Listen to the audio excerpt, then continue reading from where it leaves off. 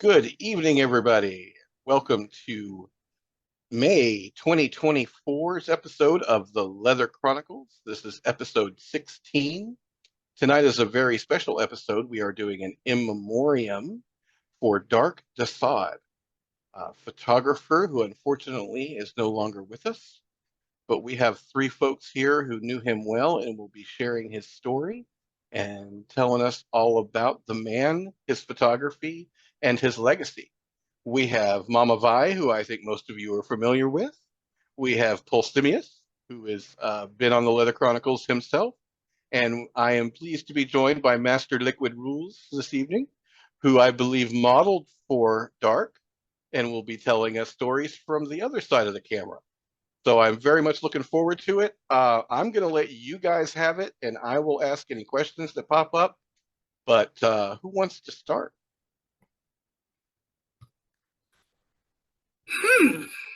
Normally, I'd be throwing Liquid under the bus for this one because she's known him the longest.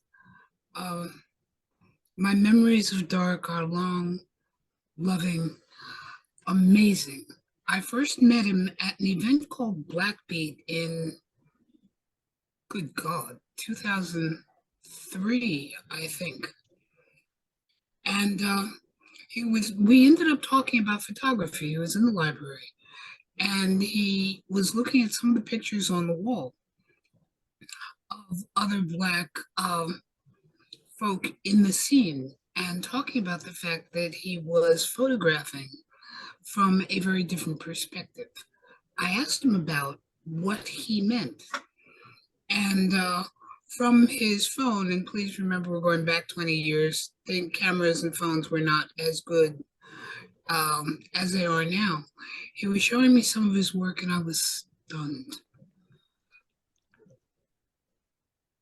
And trying to describe his work, even now, 20 years later, is still difficult.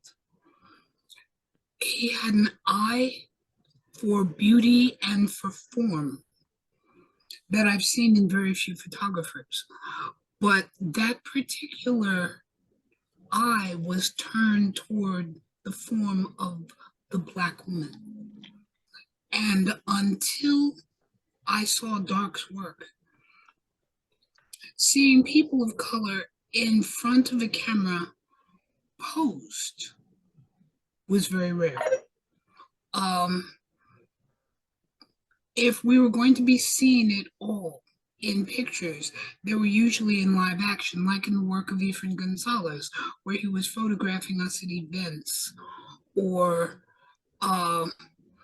in parades and marches and in the things that we were doing. But to see a beautifully posed and regal Black woman was a thing that just hadn't been done. And looking at Darque's work, first time, damn near brought me to tears. I asked to see more of it. He promised that he would send me more because I wanted to show some of his work in the library. I became a fangirl pretty much instantly. Always wanted to be photographed by him for a portrait. Nothing as beautiful as some of the work you're seeing, but a portrait by him because of his understanding of skin tone and shadow and the things that made Black skin unique in photography. Unfortunately, the one chance I had got blown, but that didn't stop me being a serious fangirl. And I think part of my love of his work was that I knew some of his models. And the person who has actually known him the longest are his models and their perspective, especially Liquid's perspective on Darque, is very different than my own. For me, it was encouraging him, telling him that he would always have a place to show, encouraging him to keep on doing what he was doing, not just for its incredible beauty, but because seeing positive, healthy, good images of us in print in magazines, on magazine covers, was not only rare, it was exceptional. And I was privileged when he told me that he would be doing his first book. And I think he gifted me one copy, but I think I actually ended up buying the first and I think the fifth or sixth just to make sure that I had them. And when a few years later he said he was going to be working on another one and hoped to release it at Blackbeat, I said, we're going to do this properly and have a party for you. So Jill and I arranged for, I can't tell you how many cases of champagne and hors d'oeuvres and copies of the book to be there so that he could receive those props that he so well deserved. I was privileged to write the introduction for that book because it was, for those of you who are familiar with a woman named Darque DeSade, she wrote a piece called Children Live What They Learn. And in the case of Darque and those incredible images, we as Black men and women finally learned that we were valuable and had something to aspire to because of Darque's images. And so, Liquid, this is where I throw you under the bus because you are one of the beautiful women who are in all of these photographs. What was it like to be on, not the fangirl side, that was mine, but the model's side of Darque? It was a journey. When I first met Darque, it wasn't like the, hey, what's up, bro? How you doing? It was at an event in New York, about 2001, 2000, and Darque was trying to talk to me at this event, and I kept avoiding this man all my life. I didn't understand why this man kept talking to me. So he was like, hey, I'm a photographer. And I'm like, yeah, okay, great. Very dismissive of him because in New York and in our community, everybody's a photographer. So I went off to go grab a drink, and this woman approaches me, and she has a book in her hand, and she was like, would you mind if I show you something? And I was like, sure. So she hands me this book. It was a hardcover book at the time. It was a coffee table book. And I opened the book, and I was just in awe of all of the beautiful images of Black women in that book. And so she asked me, she said, would you like to meet the photographer? And I said, sure.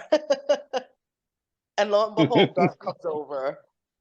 And he was like, I know that my approach was probably a little bit creepy because, of course, anybody could say they're a photographer, and good call on that. He said, but I would love to have you in my book. I would love to shoot with you. And so we exchanged numbers, and that the woman that he sent over was his slave at the time, Silent. And we exchanged numbers, and we just became really good friends. And the first time I went to shoot with Darque, it was just instant chemistry between the photographer and the model. And I've modeled all of my life since childhood up. I've never done, up until Darque, any kink or fetish modeling. So it was all new to me, but his approach was just so professional and so delicate and with grace. And he was just talking about things that white photographers don't normally talk about when it comes to Black bodies and Black images, and finding the light and certain poses and what looks better on different shaped bodies. And he and I hit the ground running. And I think I shot with Darque almost every weekend, if not every other weekend, up until his hospitalization before his passing. And Darque was always someone who was so encouraging about modeling and Black women, especially Black women in modeling, because representation was important to him and visibility was important to him. And you didn't see that all the time, you know? You didn't see people that look like us on Prometheus. You didn't see different, magazines that, had Black women on the cover or Black women in it, or books that showed Black women. And it was such a powerful thing. And his impact on me, sorry, my dog is over here with allergies. His impact was, it changed a lot for me. It changed the way I viewed things in modeling. It changed who I was in modeling. And it was because of Darque that I got my first cover, which was Prometheus magazine. And that was just a surprise in itself. I wasn't expecting to get it. I didn't even realize I was up for that cover. And I got that cover for Tess 2010. And it was right before, it was Tess, if anyone knows Tess, it's the weekend of July 4th. That was the cover that he and I got. We were both surprised by it. And the following month, Darque passed. But he was just such an amazing human. And he always would call me and we would talk about different shoots and the next books. And I was, lucky enough to be a part of his books and be in his books. And when we did he and I collaborated on the release party for Indigo Black Volume 2, A New Look at Fetish. And that was another amazing event.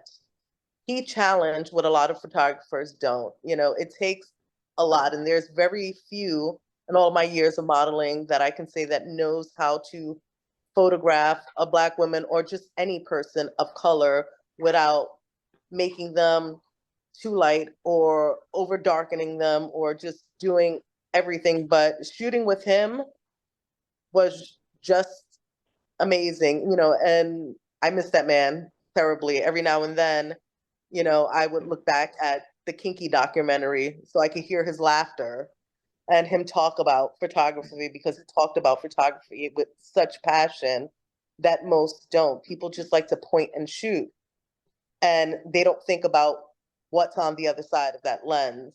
So I can appreciate that. And, it was Darque that dragged me into the evil world of FetLife when it first came out. And he was like, "Have you joined FetLife?" And I was like, no. And he was like, "Well, you should. It's a great place for, marketing and networking and all of the things, plus events." And so anytime a photographer would reach out to me, I would reach out to Darque and be like, "Do you know this person?" And Darque would either give me like a thumbs up or a thumbs down not to shoot. He was just an all around great person. And his work, I have every shoot that I have ever done with him. And I will always cherish that work that I have with him. That's amazing. Wolf, is there a question? Yes. The question was posed, do you know the title of the book that was shown to you there that got you to meet Darque? Oh, it is somewhere in my boxes. I'm actually in the middle of unpacking, but I do have the book. I can send it to you so that you have it, whoever wants that, or I can send it to Mama Vi so that she has it. Okay, just that they were wondering if you could relate the title of the book. That way they could let everybody know what the title was. Yes, I don't have it physically in front of me at the moment. Okay, Yep. okay. It's a mystery for the moment, but we will see if we can get that information and get it out there. Thanks, Okay. Nick. Those are, I mean, just those, the first set that we went through, those are so incredible. And as a photographer and not a person of color, I appreciate them for amazing photography. But I see what you guys are talking about. I appreciate them for the people in the photos. They're amazing. They look amazing, and care was taken to make sure it was amazing. So, yeah, as a photographer, I love it. Pulse, what do you got for us? Um, I met Dark lusting over his slave. Straight up. Silent walked in the room and I lost power of speech. And I was like, oh my God. And I was serving Lady Z at the time and almost got my head slapped. But Silent walked in and had the foot leather outfit that just kind of dropped my jaw. Kind of find out later that she was also, that she was his slave, and a very beautiful individual. She's just an absolute, she glows from within, regardless of what she's wearing. She glows from within, and she was devoted to him. And then I started lusting over his camera because Silent introduced me to Dark. And I'm like, yo, dude, you got any cast offs? You want, any free samples you want to give away? Because he had like 3 cameras with him. And he was like, these are my babies. And I'm like, yeah, but you got extras. I only have one, and then talking like brothers do. And then we, kind of went farther down that journey. And I'm an amateur photographer. I shoot scenery, I shoot, places I've been, things of that nature. And been in the military, we had access to better camera equipment than you find average on the street. But mine still was nowhere near what he was carrying. Fast forward a little bit, going back to what Liquid was talking about with his eye and the pictures that he did. We went to a little place called Fetish Flea Market, and he took his exhibit there. And, headed up, and it was beautifully done, but those folks had never seen that imagery before of Black women. So, we're going through, and all of a sudden there's a huge commotion. And we're like, what the heck's going on? And Dark had walked in, and they were in there putting electrical tape over the pictures, because, oh my God, we can't show women in this. Looks like it's a fetish event, and he went ballistic. And he was going to pull it all down and take it out of there. And we're like, no, dude, you can't do that because, they're not used to seeing this. He said, but I'm not going to have this done to my photos. A lot of talking and a lot of this, just bringing him back from the ledge because he was going to pull it down. He was going to rip it down and take it out of there.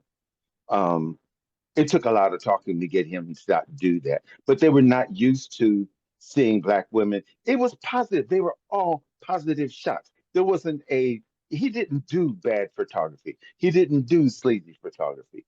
He did the things that beautified the feminine form. Okay.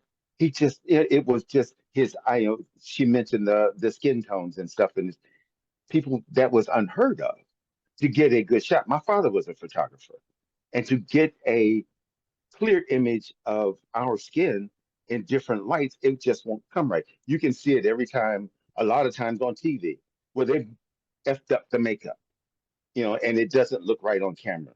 It looks horrible. They've either too pale, too dark, whatever.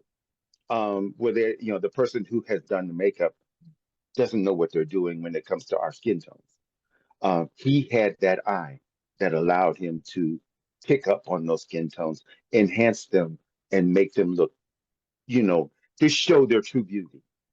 And I saw a picture of Dante Posh kind of flashed through, and he had introduced me to her at the Fetish Flea. That was interesting. And then I was like, and I'm still green at the time, and I'm like, do I have the nerve to play with this woman? Because she's a pro. It's like, nah, I'll stay in my lane. But we connected over the photography and just, him just being a cool dude. He was just an awesome individual. Um, Knowing what he did and how he did it was icing on a good cake because the individual, the person that was there was genuine. It didn't, um, he didn't belittle his talent, but he didn't throw it in people's faces. It was, this is just what I do. I enjoy doing what I do. And he was good at it. But, it wasn't like he was walking around slapping people in the face with it. It was just what it was, and he could find that spark. in a person. And he had that spark in him.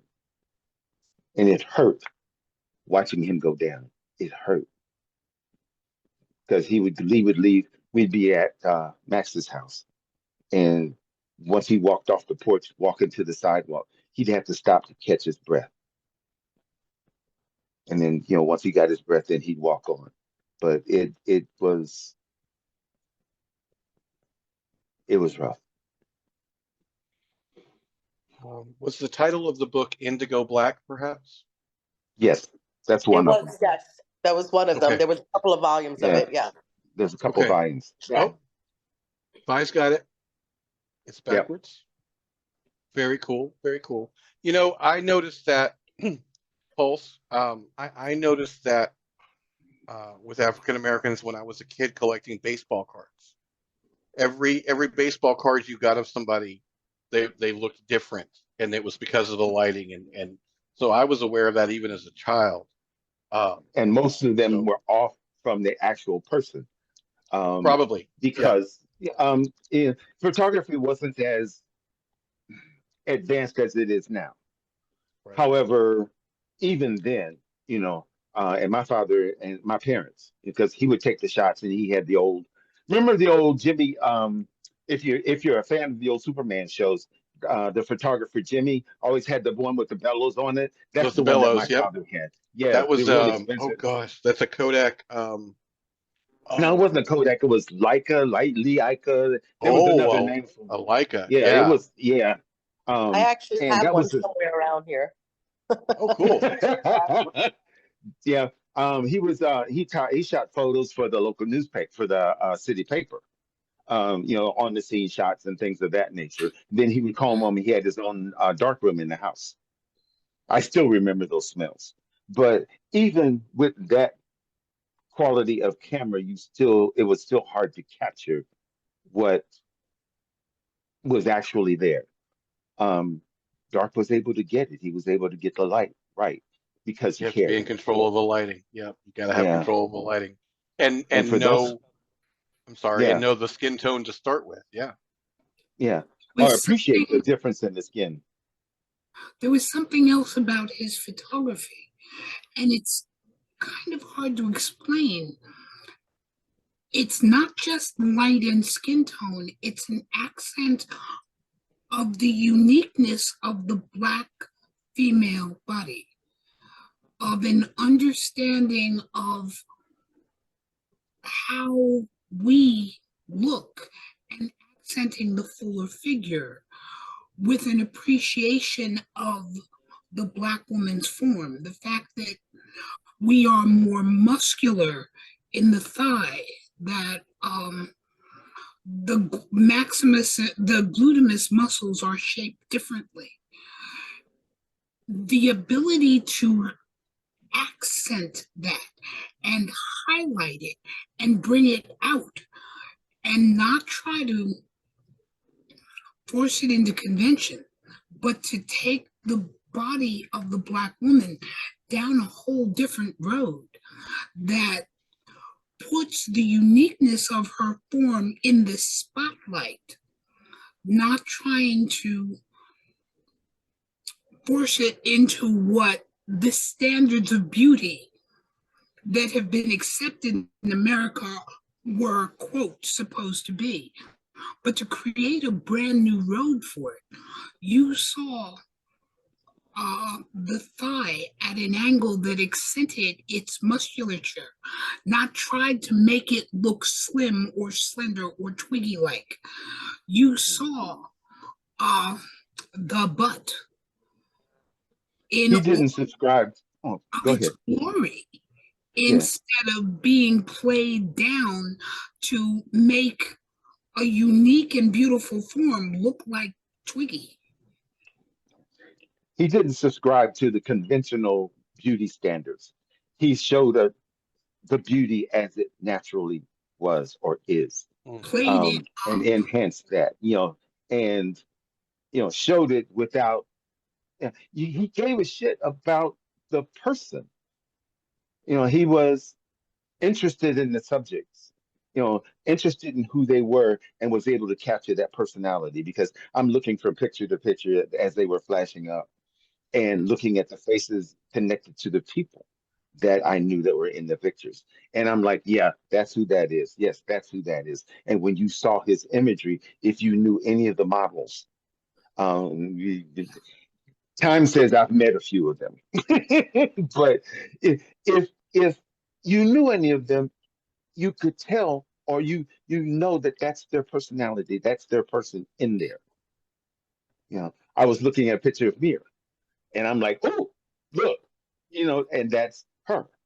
You know, Anybody that knows me or know that that's really her, and he was able to see that and capture and put it on film. Does Yes, Dark. anybody? Oh, Go ahead. sorry. You go ahead. No, you go right ahead. Dark was one of the only people. It took me a while to naturally smile on camera. And Dark was one of the very few photographers that would get me to smile on camera. And it would be so natural and effortless because our shoots were silly. They were fun. I have photos that are not posted anywhere that are just so ridiculous because in the photos, I am laughing hysterically, like tearing up, just laughing, and he's snapping away. And then he would put the little clouds, and there will be like a little smart ass comment, like, tell him Indigo Dark sent you, like something ridiculous like that. He wanted to show beauty in all forms. And that was one of the things I loved about Dark, that Dark never had, there was never a body type. It was all bodies for everybody. Yes. Yes. And it was each and every one of those photos told a story of beauty and elegance. They were sexy, but they weren't over sexualized. There weren't no spread eagle shots or anything like that. Yeah. It was just the essence of Black beauty. Yeah. And there are some of the photos that I look at and I am just like, and still to this day, wow, that I haven't seen pictures in comparison to those, and probably will never see those in my life again. It's just, you saw Dark's passion Mhm. just Yes. through his work. You can identify the passion. It wasn't like most people Photoshop and do everything else to manipulate a photo. That wasn't Dark. And Dark Studio was in his home, was a small studio, if you ever been to the studio. And Dark found a way to work with everything he had within that studio space.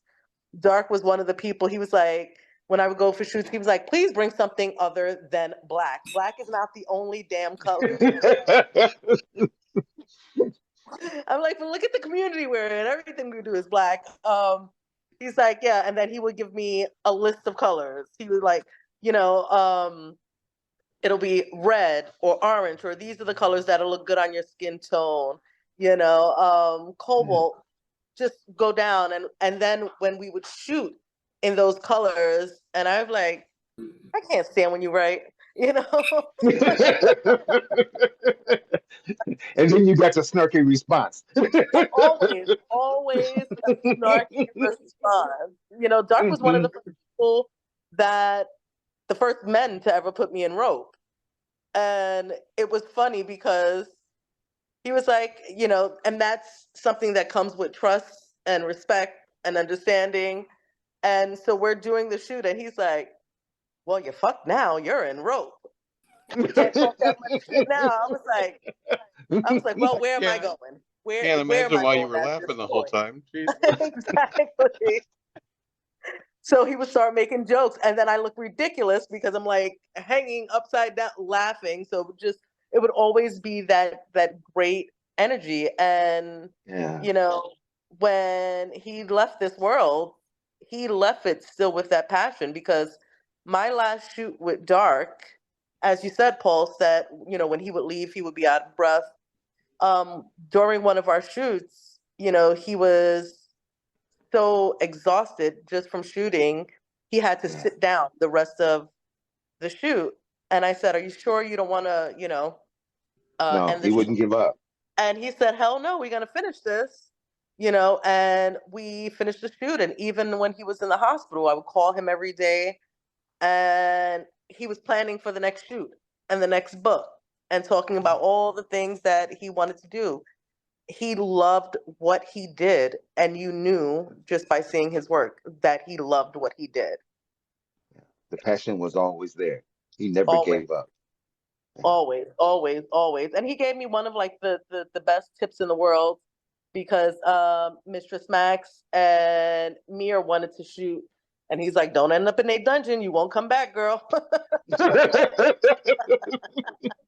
They won't send you back." But I think Vice told some stories along that line. Yep. Does Don't start. does anybody know anything about him before the scene? His childhood, where he was from? Just a little background on him. Do you know any facts anybody knows? He's from the Virgin Islands. In some of his other portfolios, because we're privileged to have his hard drive, and that's a whole different story. There are pictures of church picnics, of choirs that he photographed, of ministers that he photographed. He was married to his slave, who was not just his slave, but his devoted companion. And if I'm correct, Liquid, help me, he has 3 children? Correct. He was a devoted father. Yep. It took Silent 2 years to recover, if ever, but it took her before she smiled. He's still recovering. Yeah. And it's been well over a decade, and we're heading for 2. And it was kind of one of those once-in-a-lifetime love stories, because seeing the 2 of them together, it was hard to tell who was beaming more half the time, which I suppose also made Silent kind of hard to photograph. But from the outsider's perspective, watching the 2 of them together always tickled me, because the love between them was far more than master and slave ever could be. They were husband and wife, and proud of that as well. And the 2 relationships just seemed to play not just off of each other, but with each other. Yeah. She earned the nickname Silent, but Silent could say more with a look than most people could with 1,000 words. And watching the 2 of them together, but I love to watch young couples who are actually in love. And it's always fun to watch them when they don't think they're being watched, because that's when you learn whether or not the relationship is real. And, they not exactly cuddle, but tease each other. And occasionally I could catch them play, trying to swat each other's hand, or every once in a while playing footsie, which I thought was just delightful. But that's about all I can really tell you. The person who could give you that information still isn't capable. Yeah, she still breaks down at it. It took her, it was 3 years before I even saw her smile. She was, just brokenhearted, and just, talking and talking, and she would just lose it and walk away. And, she tried changing her name later on. She tried changing her name, and everybody was like, "No, you're still Silent. Yeah. No, you're not going to be anything else." And it's like, okay, you can be whatever, but we're still going to call you Silent because you still are. And she finally gave up and said, "All right, look, I'm just going to stay silent." When we did an exhibit of his work, back up, when it must have been about 1.5 years after Darque died, Silent found me at an event, and she said, "I have something for you." okay. I figured maybe it was a picture or an autograph book or something she had found. And she handed me a package that had to have weighed 5 pounds. And I opened it, and it was his hard drive. Yeah. And she said, "You'll know what to do with it. I trust you." And literally turned on her heels and walked away. Yeah. A few years after that, after finding all of the talented people that I needed to actually help me begin to make some dreams about his photography a reality, we did a first exhibit of his work at MSC. Now, it had been well over a decade since anyone had seen that kind of beauty, and we called it Out of the Darkness, DARQUE-NESS, the work of Darque DeSade.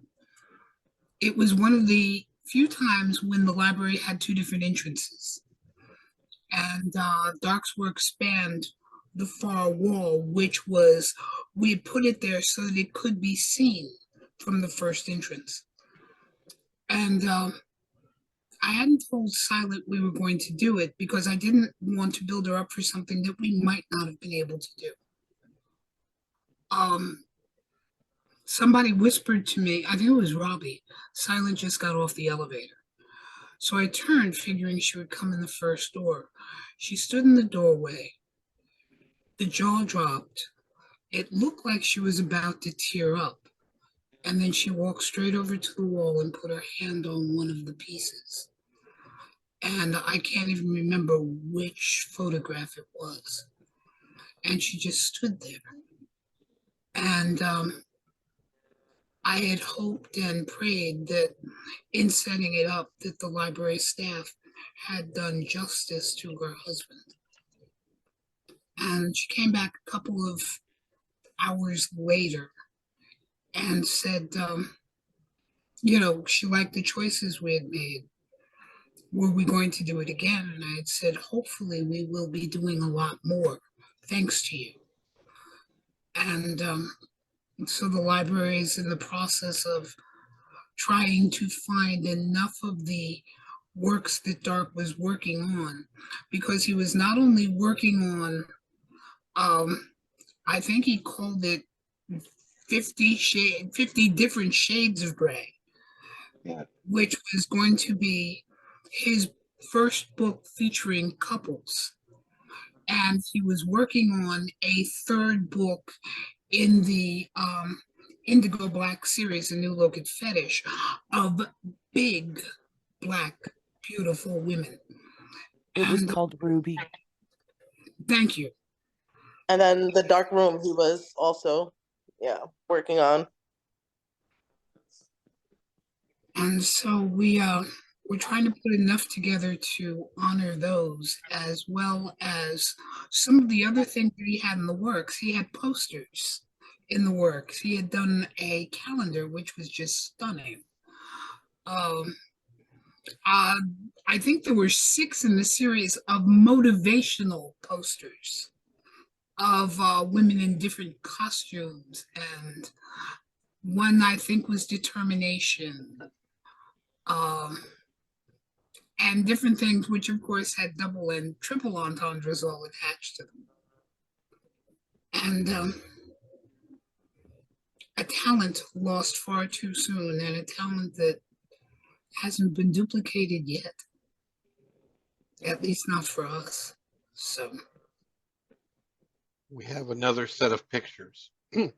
And this one caused me a little bit of consternation because I know how upset he was at the Flea with his photos being censored.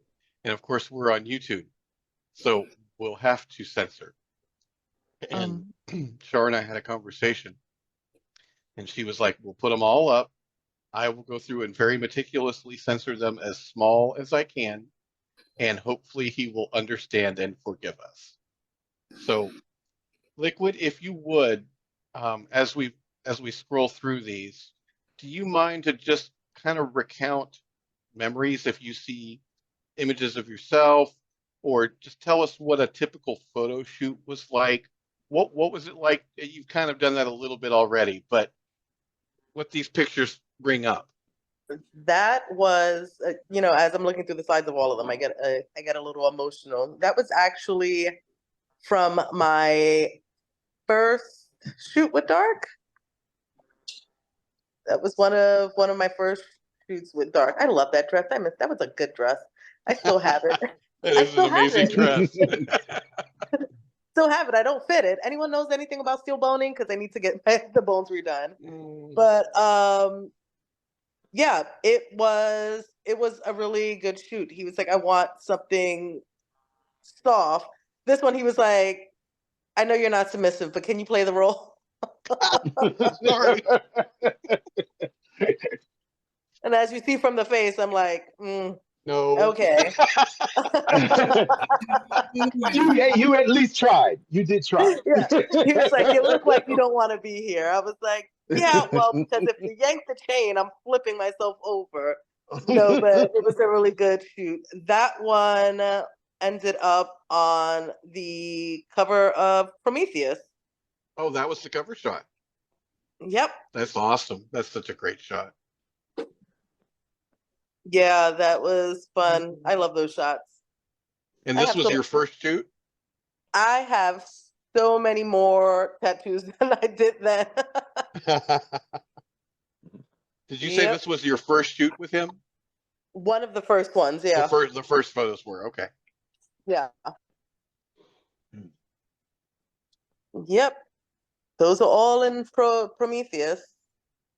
And some of those are in the Indigo Black Volume 2. Volume 2. Yes. That's that damn There it see? is.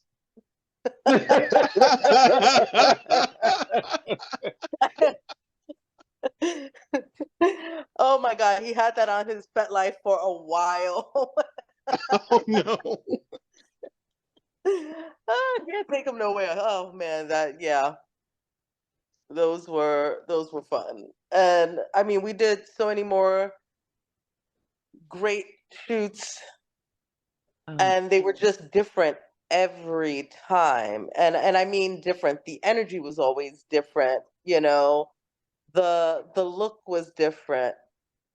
Oh, Not to be to Like- interrupt you, I have what I'm clicking through here is your actual edited file that he created. Mhm. So we should get through at least some of those shoots, just so you know. Yes. That one was from our full Zentai shoot. Yep. That was the one he gave me weapons. I'm like, yes, weapons. That sounds dangerous after the submissive shoot.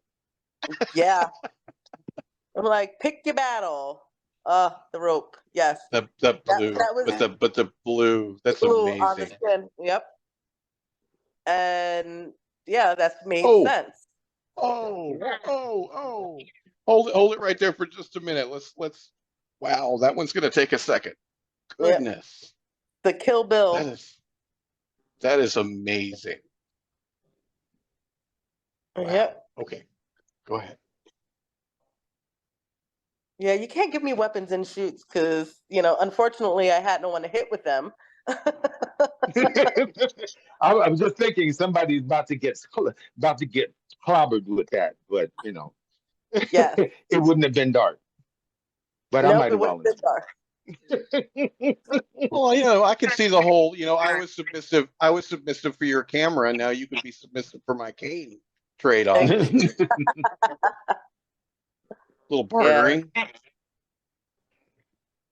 More rope. Love the rope. That cobalt just pops. Exactly. Never and a color, I never find like never a perfect color out of place. that again. And this was the first time you were in rope? Yeah, that was the first time that I was in. Well, I was in rope before, but the first time that a man has ever had tied me up in rope. Okay. And I don't know if it's in that one, but I was actually suspended. So Okay. That's a big step. That was a lot of trust. Oh, that black and white. a lot Wow. of trust. Yep. His black and hand whites for are black and amazing white. too. Yeah. Yeah. And Even still in the black and lightning white, you pop. still see the skin tone. Mm-hmm. That's what I'm talking about. Yeah. The schoolgirl, the kidnapped schoolgirl. This is what happens when you cut class. You end up in the basement. Oh, that's awesome. My side eye and my lollipop. It was either that or the one that was like the size of my head, and I was just like, let's throw I it feel like that one did a pretty good job of capturing you. Is that accurate? out. Yep. Yeah.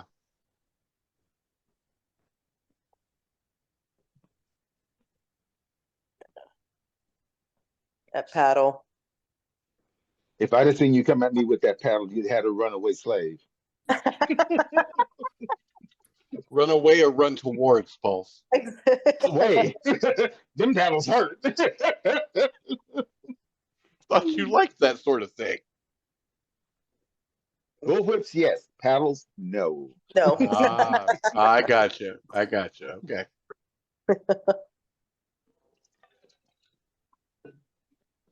Yeah, that one was also in the, yeah, those were in the book as well. And some of those were on the flyers for Test Fest, and that rope shot was actually the promo for on the Test website. What an amazing use of a blow-up mattress. Right? That's what it said. That's You can find amazing. anything. He was like, we need texture for this shot. Yeah. Wow.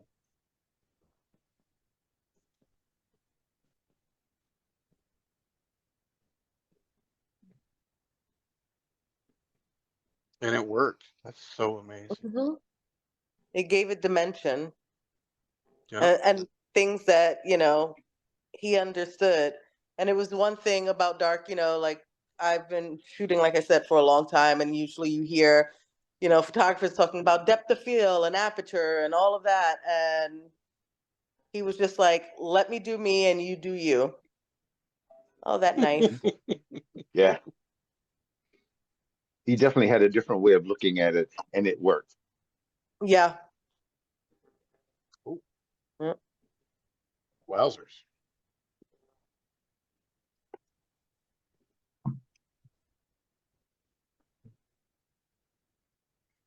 I'm trying to be real quiet, but if we keep looking at these, you may lose me, sir.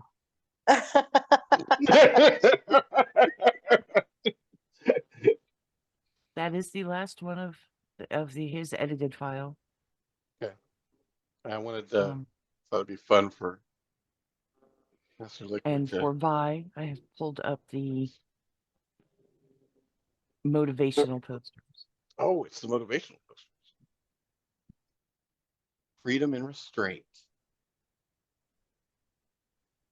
Dominance. Discipline is love. Masochism. Fear leaving the body.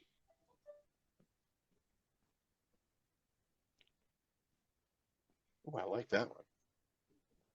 Sadism. Caring enough to inflict the very best. Mhm. Nice.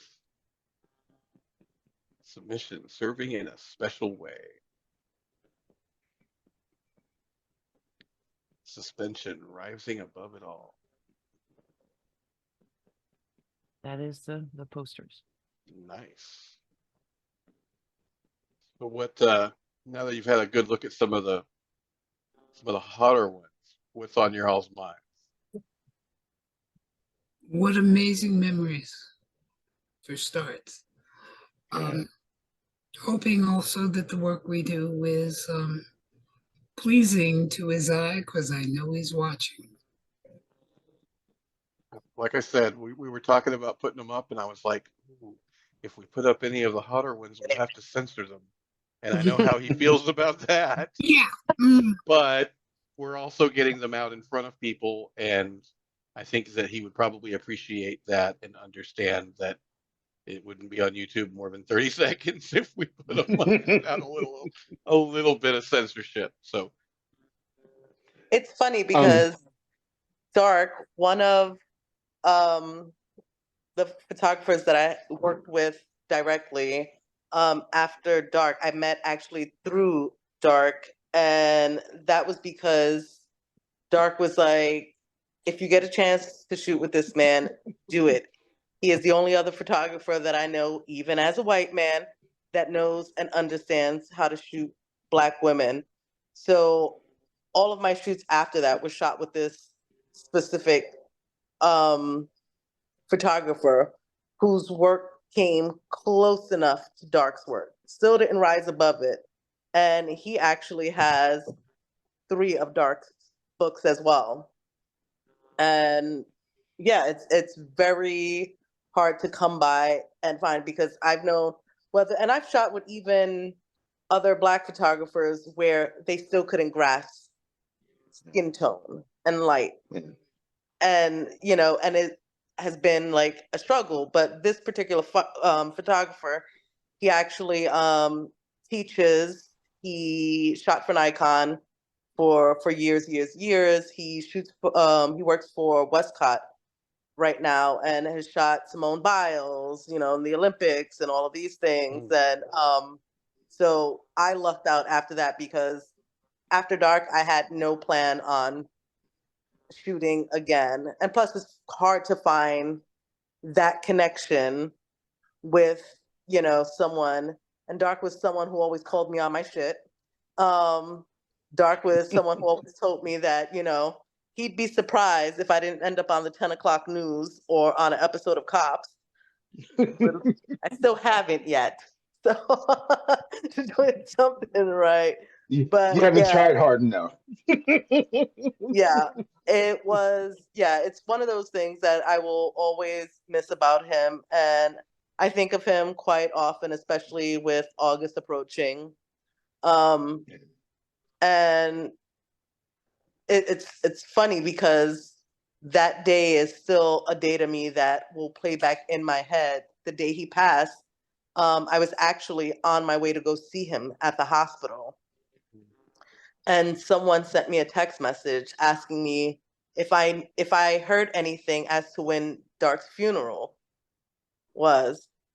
And I stopped dead in traffic on the West Side Highway, and I was like, "What do you mean?" And it was like, "Oh, I guess you didn't know Darque passed today." And because I knew Darque and I knew Darque's government name, and life as a social worker, I called the hospital and confirmed. And it was one of those things, like, I was completely just lost, because I was on my way there to bring him a copy of Prometheus. And it was just that kick in the chest. It like knocked the wind out of me. And fast forward to his memorial service that we had at the bar, where they showed Kinky, which we all laughed. Just seeing, all of the people there that, he meant something to, that, that he added value to everyone's life in the ways that he did. It was such a beautiful thing. And I remember at that one, I gave Mama Vi a couple of copies of the Prometheus, and I gave her the extra copy of one of the books that I had for the library, because it was also something that the rest of the world needed to see, not for me to hoard in my home, even though I still have my copy. Ain't nobody getting that. I But have my copy. Testify. But his work and his legacy needs to be spoken of. And, I wish the younger generation could have gotten to know Darque, the way we got to know Darque, and the person that he was, and just a beautiful person. And he is missed every day by everyone who he came across. It was hard at the memorial service to laugh and cry at the same time, because Right? one minute Oh my God, yeah. one minute you're laughing, the next minute you got the big crocodile tears going. Mm-hmm. It was rugged. It was rugged. Yep. Mr. Cunning Linguist had his hand up. I had a question, and I've noticed a few comments in chat. Seems like he knew Darque as well. Did you have a question, sir? Sorry about that. Not so much a question, just to add to the stories. Yeah, please. When my wife and I'll say, came onto the scene in New York, Darque was one of the OGs. My wife and I went to his book signing with my daughter and King at the time. It was still my daughter and King. I was just looking off at her page and seeing a photo of me and him politicking, just talking. This picture I have on my profile, he was a great photographer, BDSM, all that good stuff. But there was this one thing he posted one day, and it was Operation Do Something. Time to make it yours. And I realized then, but I didn't realize then. But in my reemergence in the last year, for those that do know me, this photo is part of that catalyst. And the photo, for me, speaks to being the person that the next generation gets to see do this shit at a high level. Because that's what Darque was to me.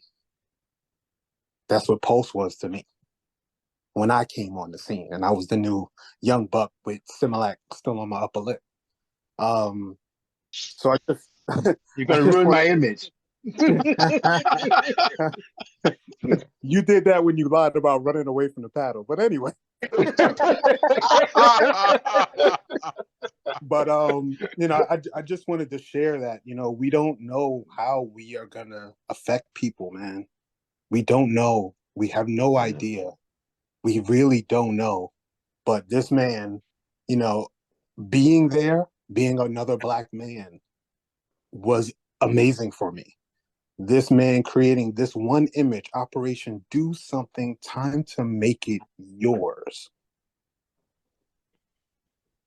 reminded me that no matter what crap I was dealing with and navigating that, there was a purpose for me still being back in the scene so that the next generation can see somebody hopefully doing it the right way.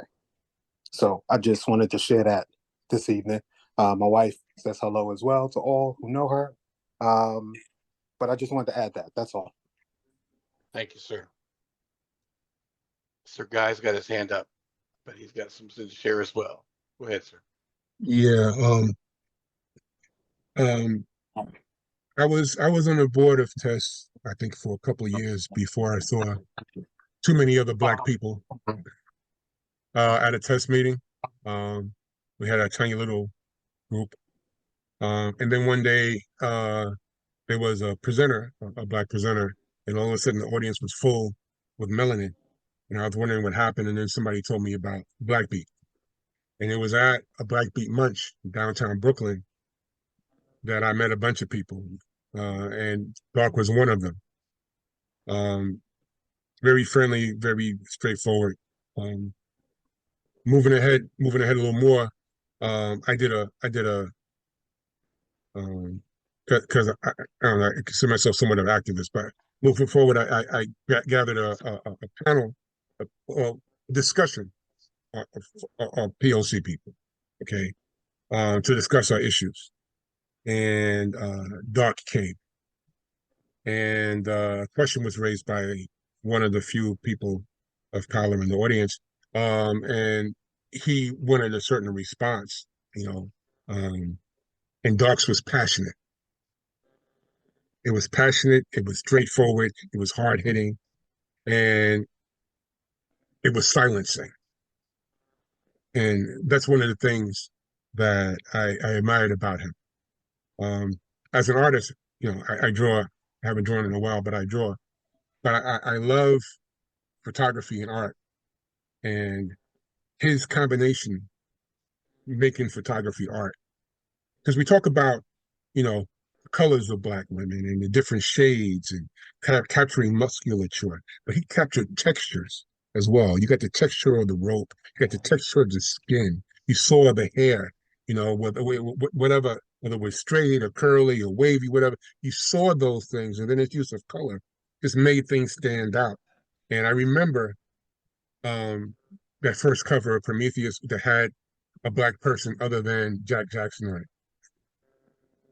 And man, to see that, especially all the debates I was having about representation in there, and to actually see that on the cover was like, damn, I mean, of course it was like damn anyway, but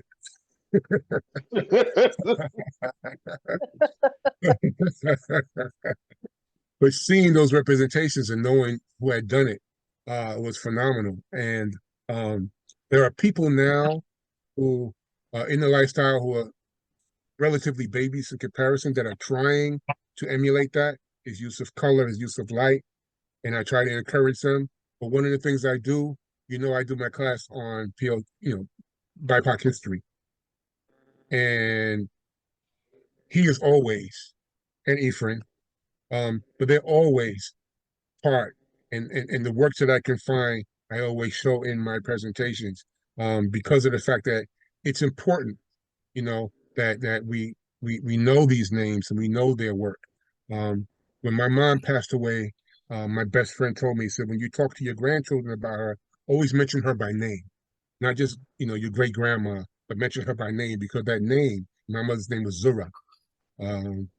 That name has power and it embeds itself in you.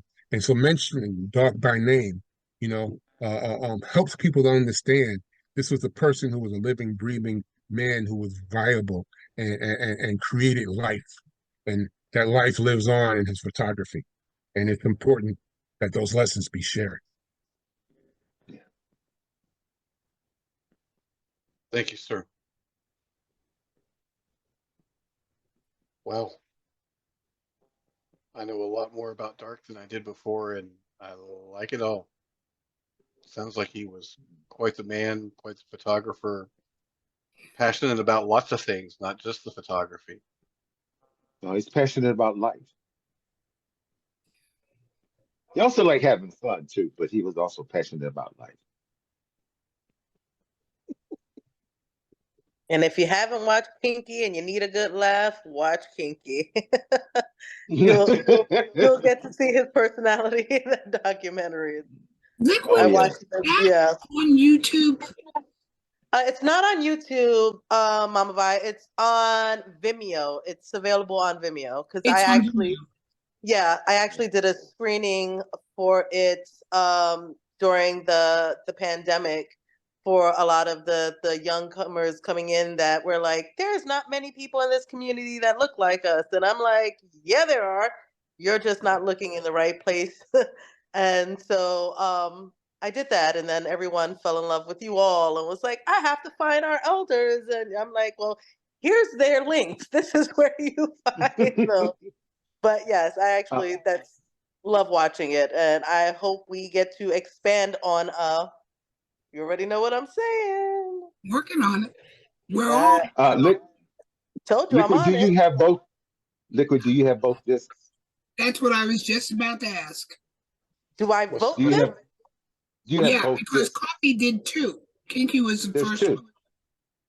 I have the second one should be on Vimeo as well, unless someone If took not, it down. if not, I have both copies. Oh, I have the first and the second disc. okay. There's two. Yeah, I know. But they Uh-huh. were both on Vimeo. I don't know if they took the second one down, but the first one is definitely up there. Because I'm actually in the second one. But no, there are two. And they are both worth watching because there's a lot of history in both discs. All kidding aside, there's a lot of history in both discs. We need a 3, a 4, and 5. Yes. Absolutely. Now, Liquid, I'm about to throw you under the bus. Marshmallow wheels, don't worry about it. You ain't got to throw me under the bus. I'm here for the ride. Just let me know what I got to do. You've met Vi, right? That's kind of what she does. And it's not even throwing it under the bus. It's just the ass, the way she asked. I'm like, I'm right about this now.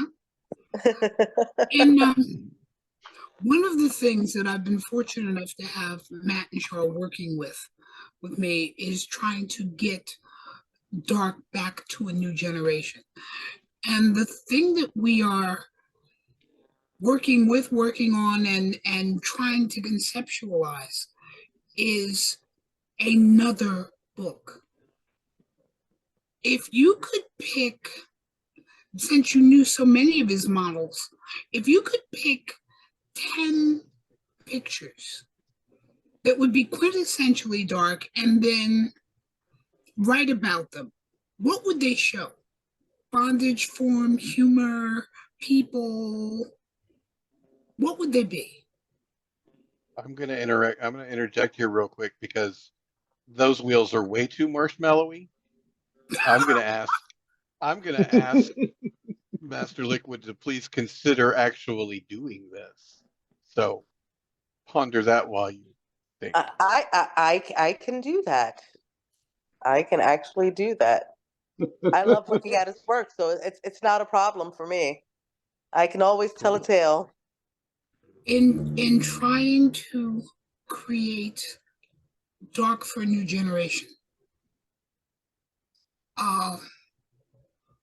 that shows the beauty of his work, but also shows the depth and complexity of the man himself.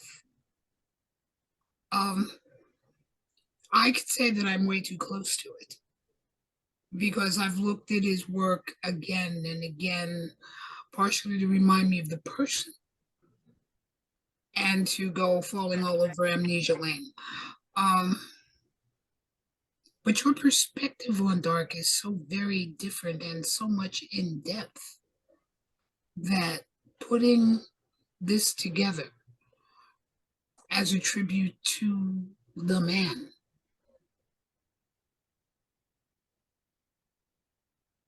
That's actually an easy task for me.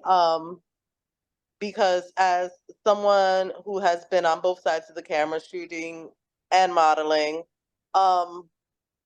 I like looking back at old photos. I find myself things that I was particularly picky about when I first shot them, that later on down the line that I found beauty in them in a different way. And it made me see something different every time I've gone back. I can think, I know 10 shots offhand that I would select. And quite honestly, none of them would be of me. That I can put into words each of those images that he's done. Like off the top of my head. That would be an amazing book in and of itself. If we did his work with you writing and talking about it, I mean, that would be an amazing book in and of itself. By I Char's still want to got see a tabletop book. that's Yeah. what that's yeah. You know, Vi Large suggested this. format. Yeah, Vi suggested this, and you know, I'm a photographer, so I was all about it. Char loves editing photos and messing with photos, so she was all about it. We've got Vi, we've got one of the layouts queued up. Do you want to show what Char's been working on and see what? Okay, so Char's got layouts, and what we needed was words, and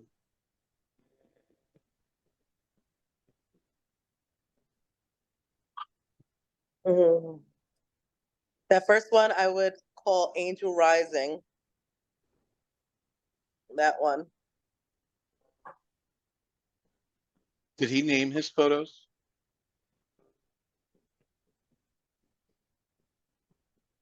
I think he Some of let them. everyone else do it for him. Okay. Oh, I remember that shot. Yeah.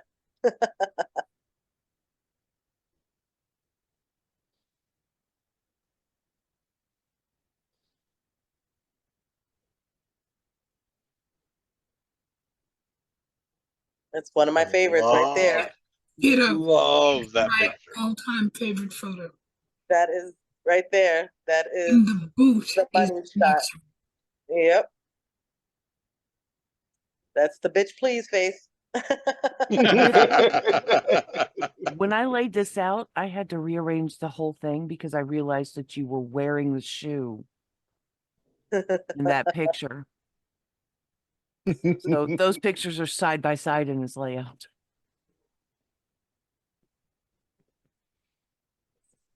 Yeah.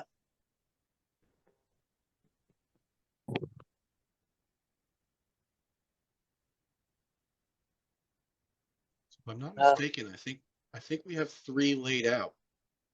And Two, sir. we needed 2. We needed the words, we needed the stories. Needed I have a black and white and one where he played with the coloring the black and white. right. We have the, Mm. And these are all his edits. I did nothing to any of these except put Mhm. them in this page.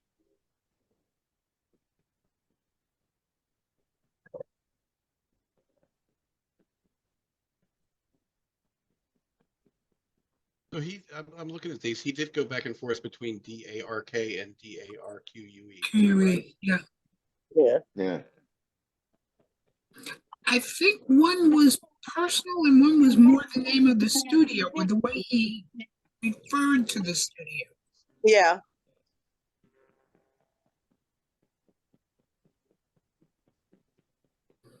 So Dark was him referring to himself, and DARQUE was Yeah. studio. That's No. his studio. That's Kiwi another was one of my personal. favorites. That one's cool. Hmm.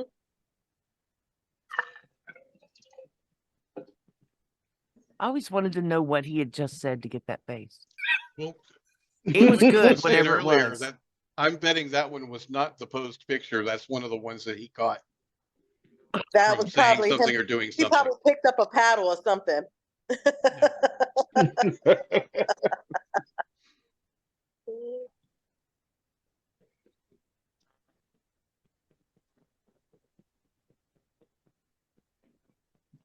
That last picture, we actually have a friend who is a doppelganger Really? of this model. She's white, but it's pretty amazing, the similarities. It's yeah. Every time I see that one, it's interesting.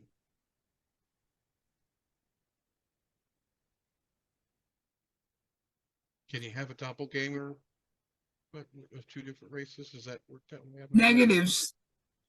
Yeah, there you go. Yes. Thank you, Mama. I knew somebody'd have an answer there for me.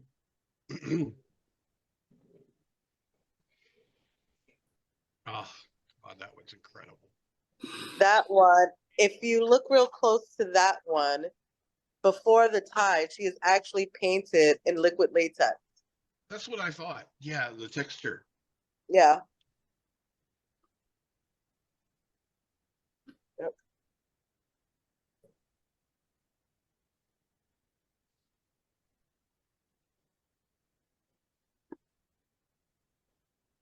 Even this long ago, you can still feel the warmth in the pictures.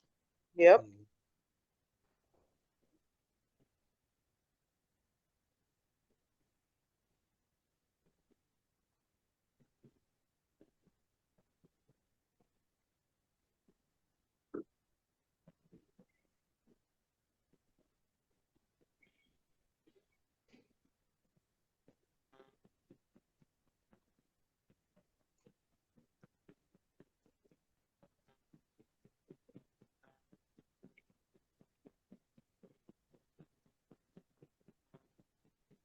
That Love one's that. one of my favorites Yeah, because love it's that one. obviously sexual, but it's still not. Yeah. Subtly sexual. Yeah. Again, That's what upset the people at the fetish flea because they were trying to pick it apart to say it was that it was sexual, but they really weren't. But they weren't used to that imagery. yeah, They weren't ready for it. yeah, see exactly what you're That's talking about. another of my favorites. Yep. Yeah, So that's good. amazing. Yeah. It smokes like a flame that is about to ignite at any second. With the lace in her mouth. Quote the birdcage, they couldn't handle his watermelonness.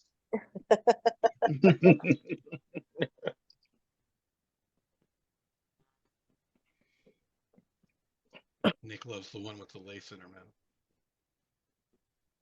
That's amazing. And that's The what Cigar lipstick, was the talking about. clothes. Yeah, Yeah. the texture, all the texture. You got, well, you've got the light playing on the skin and sculpting the body, and then you've got the eyeshadow and the lipstick popping, And the fabric. and Yep. and then the silk fabric popping against the skin, but also the texture of the silk, and then the chain. There's just so much going on in that one image. And then you got leather, you got the cuffs and the collar.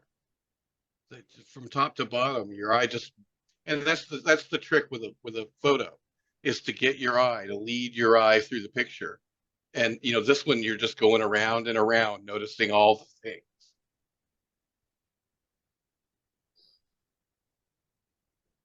One of my favorites.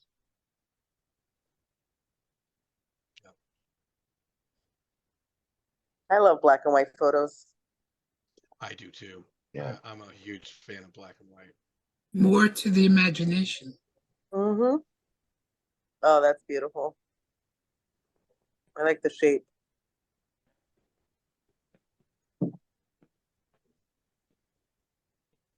And he caught all the shadows. Mm-hmm. Not just the light, he caught the shadow as well. So it Yep. draws you in.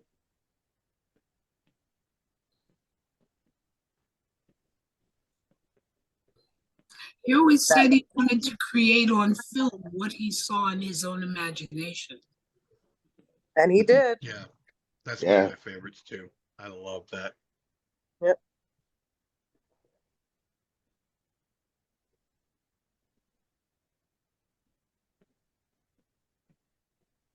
I don't know who that is, but that is a fierce bitch. That is a fierce bitch right there. Never met her, no clue who she is. Her face is in the intensity in her face. Yeah. Oh yes. That one's the primal is a big thing these days. That one's got a very primal feel to it. It does.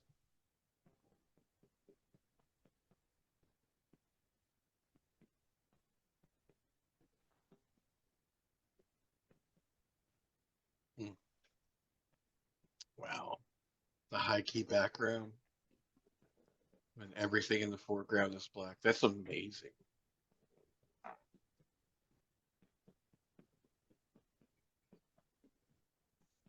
Wow. Am I doing the second one? Oh, how are we doing for time? We're at question time. Okay. Looking at the notes here, Jim says best Leather Chronicles yet. Thank you very much, Jim. I have a question for Scott. You had some background on the flea market of because we were blaming the staff. No. And you said that there was more to it than that. I thought about that earlier. I wanted to see if Scott wanted to clear the air there. You're muted, Scott. I can tell you the whole story of what happened with the flea. This was when we ended up in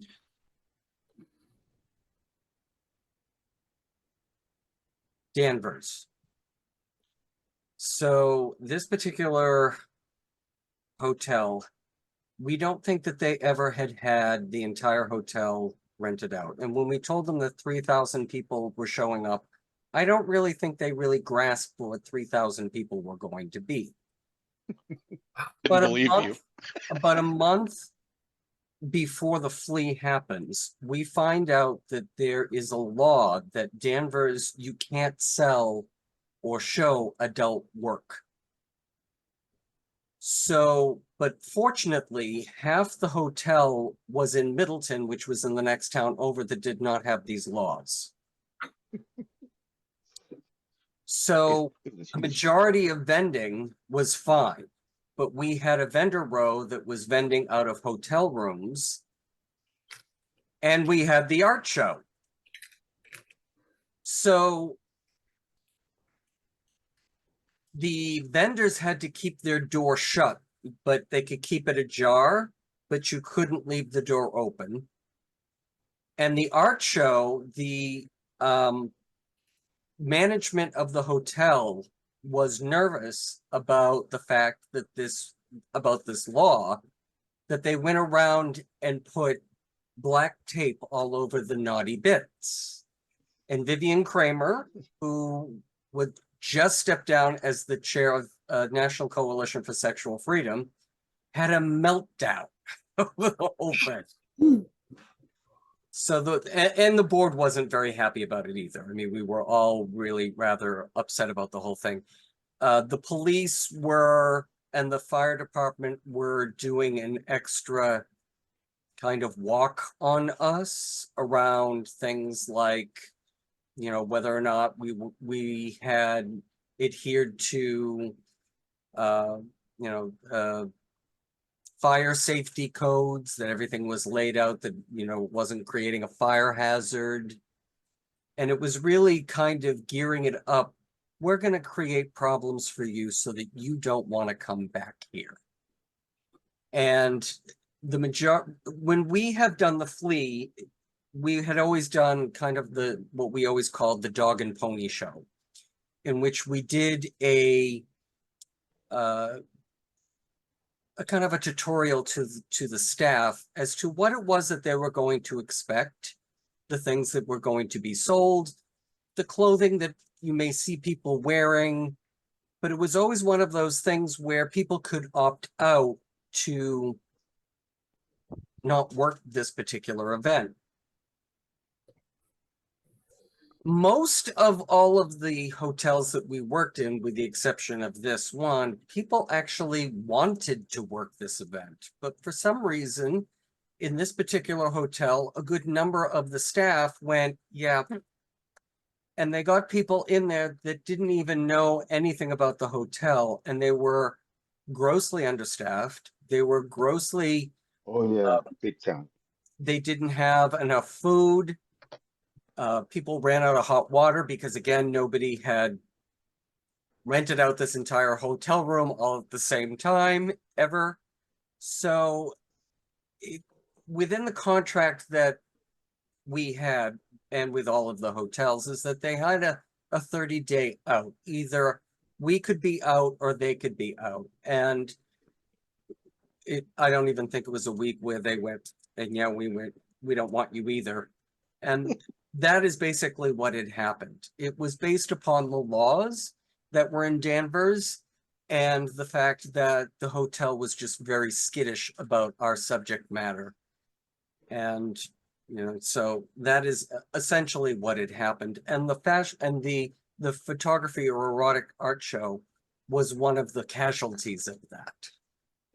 Yeah, because you couldn't wear fetish gear in certain, you know, like in the lobby and different places and things of that nature. It was crazy. You could. The thing is that most people don't understand with a flea is that you couldn't be naked walking around anyway. And I was actually the TNA police running around going, you got to cover up.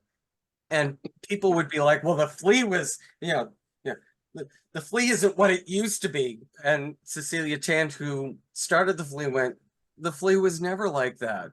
You know, you were never allowed to walk around, you know, with your dangly bits hanging out, ever. So that was something that it was across the board in all of the fleas. I had the task of running around and going, because I'd have my leather uniform on and I had the authority. So The authority. yep. All right, But they had folks. some. Go ahead, Pulse. No, go ahead. I was just going to say, if you got questions, get your hands up. It's question time. This has been amazing. My three guests have been amazing. Liquid, it was such a pleasure having you here. Jim's got his hand up. Go ahead, Jim. So leading off on what he just said, I know there was a judge who said, I know porn when I see it, but I can't define it. But actually, this isn't porn, you know, and it's I'm curious because it's obviously a sexual presentation. It's obviously kink, and yet it doesn't feel that way. And Mhm. I'm sure it has something to do with it sounds like from your saying it was something the way he interacted with you. What was that? How did that work out? Thank you, Jim. Is that for me or? I think so, as a model. It was just a very chill vibe. We would our concepts would never planned like beforehand. It was always in the moment. And what do you feel? What is the type of look you're going for? What's going on in your head?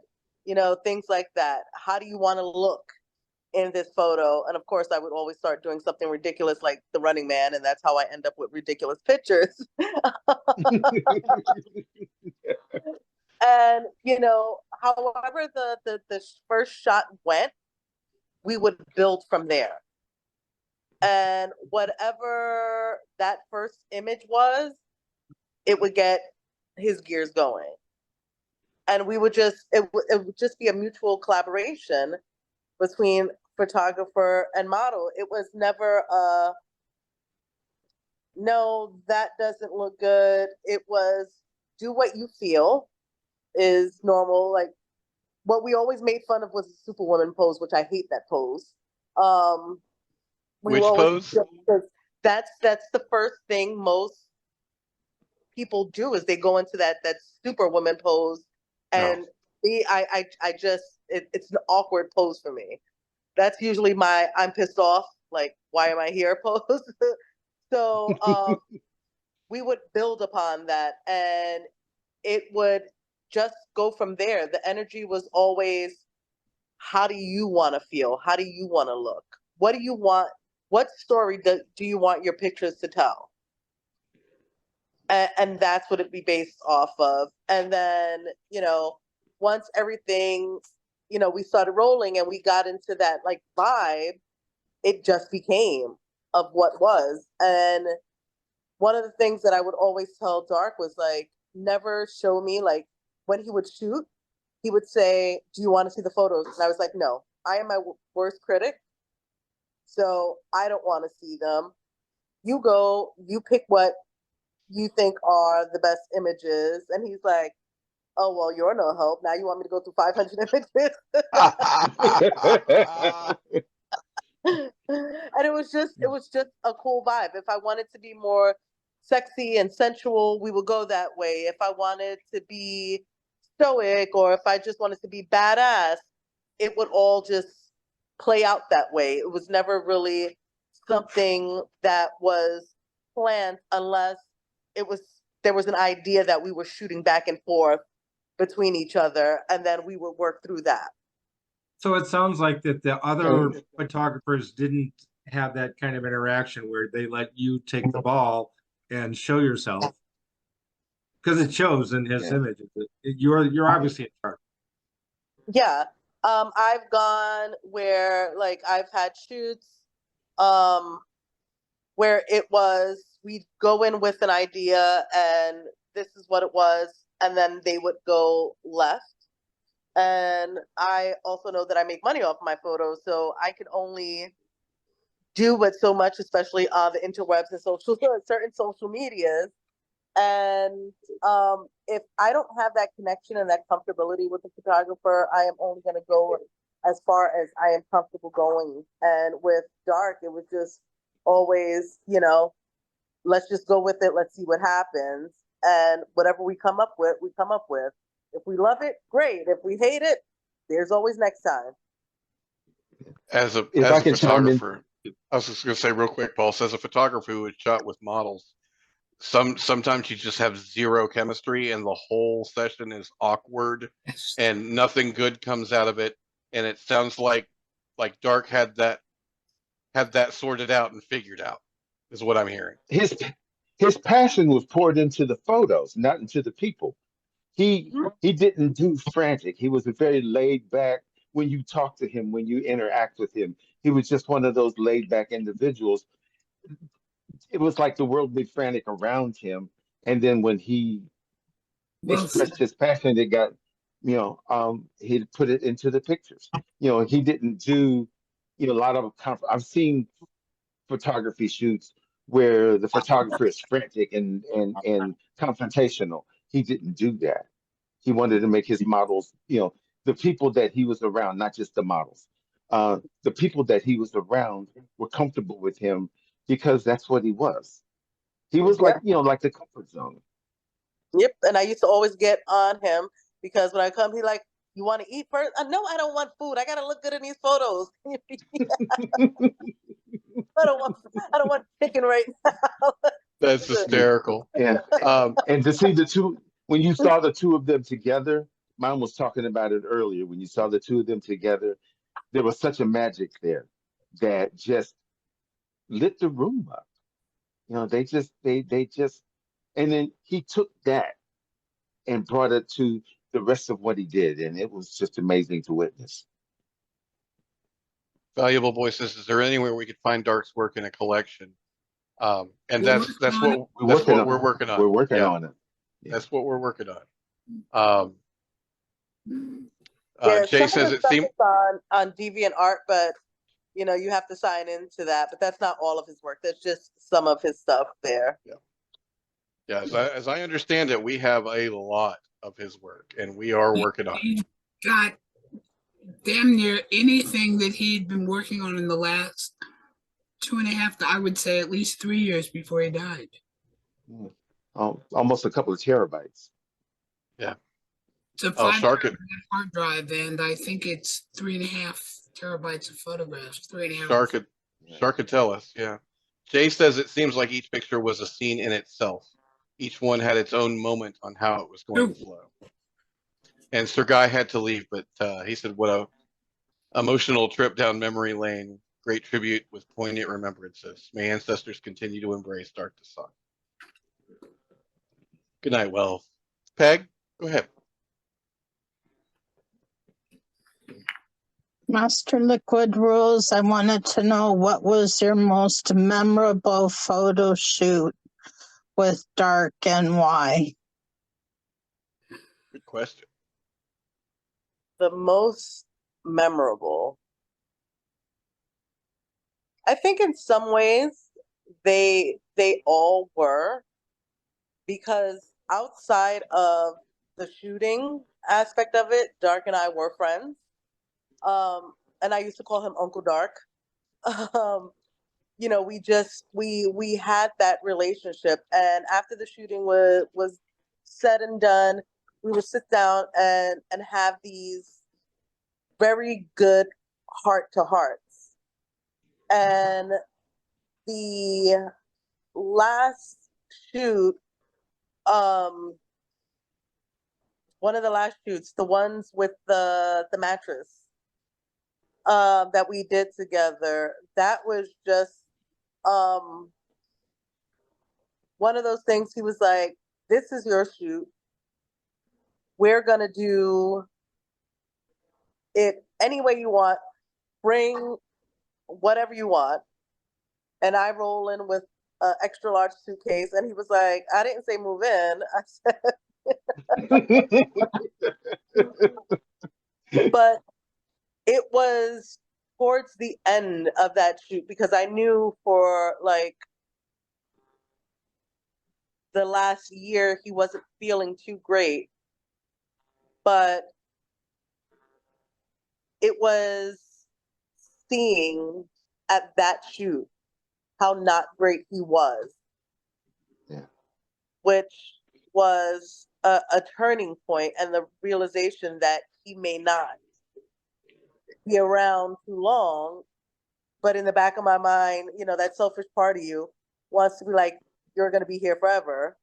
And that was one of the things I told him at the end of that shoot. I was like, "You don't plan on going anywhere, do you?" And he was like, "Nope, I got a couple of books I need to finish before I do, so I'm not going anywhere." He goes, "But if I did, you'd be the first to know." And we just joked about it, and he gave me such a big hug at the end of that shoot, and I didn't realize that was the last time that he and I would shoot together.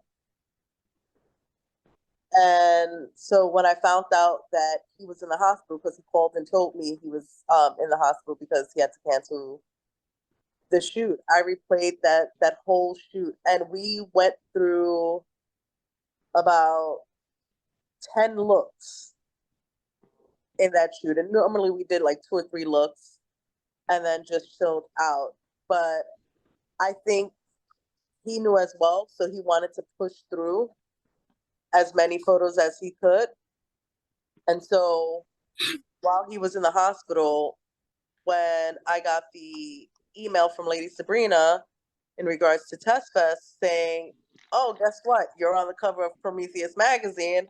And I was like, I'm on the cover of Who to the What? Like, how did I get there?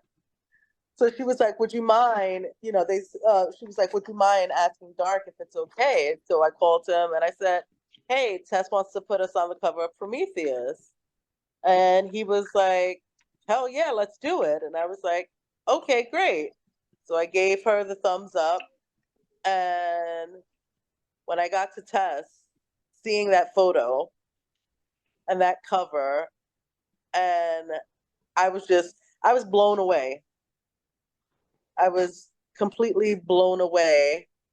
And I didn't realize the impact that cover had as much as it did. Because there was even an officer that was standing outside of the hotel, because it was the Radisson then, it's the IHG now, but there was an officer standing outside of the hotel who was just like guarding there for safety reasons.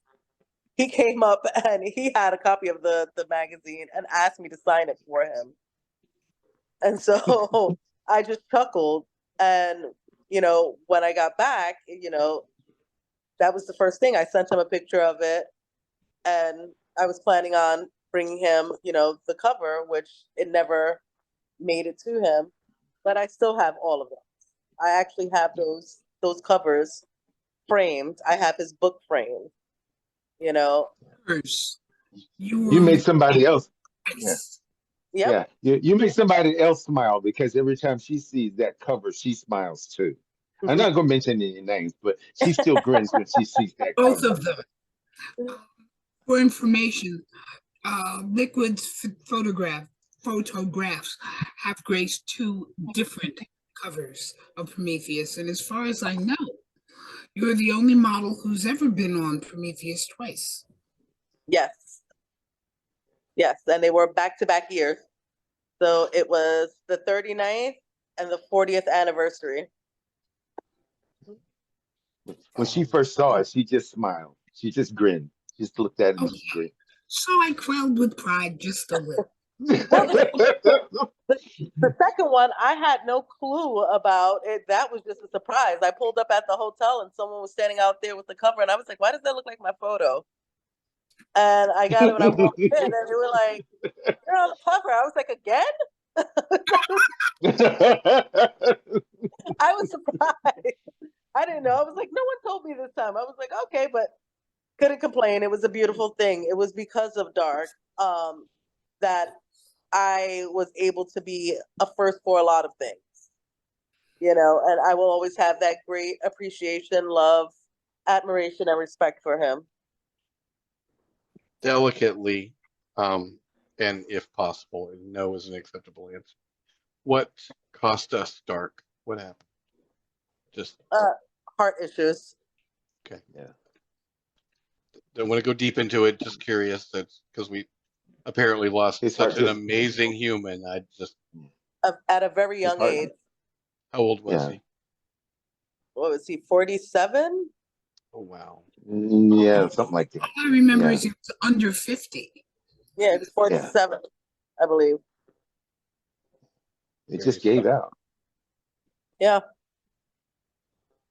Yep. Valuable Boy would like to know, Master Liquid, if I may ask, what was your favorite photo that he took of you? The first one that he he made me laugh in. That was actually one of the favorite ones because I was like, you know, as someone I've been modeling since I was a child, and I've done print work and I've done runway and I've done all of those things. And you're always told to keep a certain look. That's your face, that's your walk, that's your this, that's your that. So in all of the modeling that I did over the years, I've always had the same face. Even my identifications from the age of 14 till now have the same exact face. But he caught me off guard and he was like, you have such a beautiful smile. You need to smile more.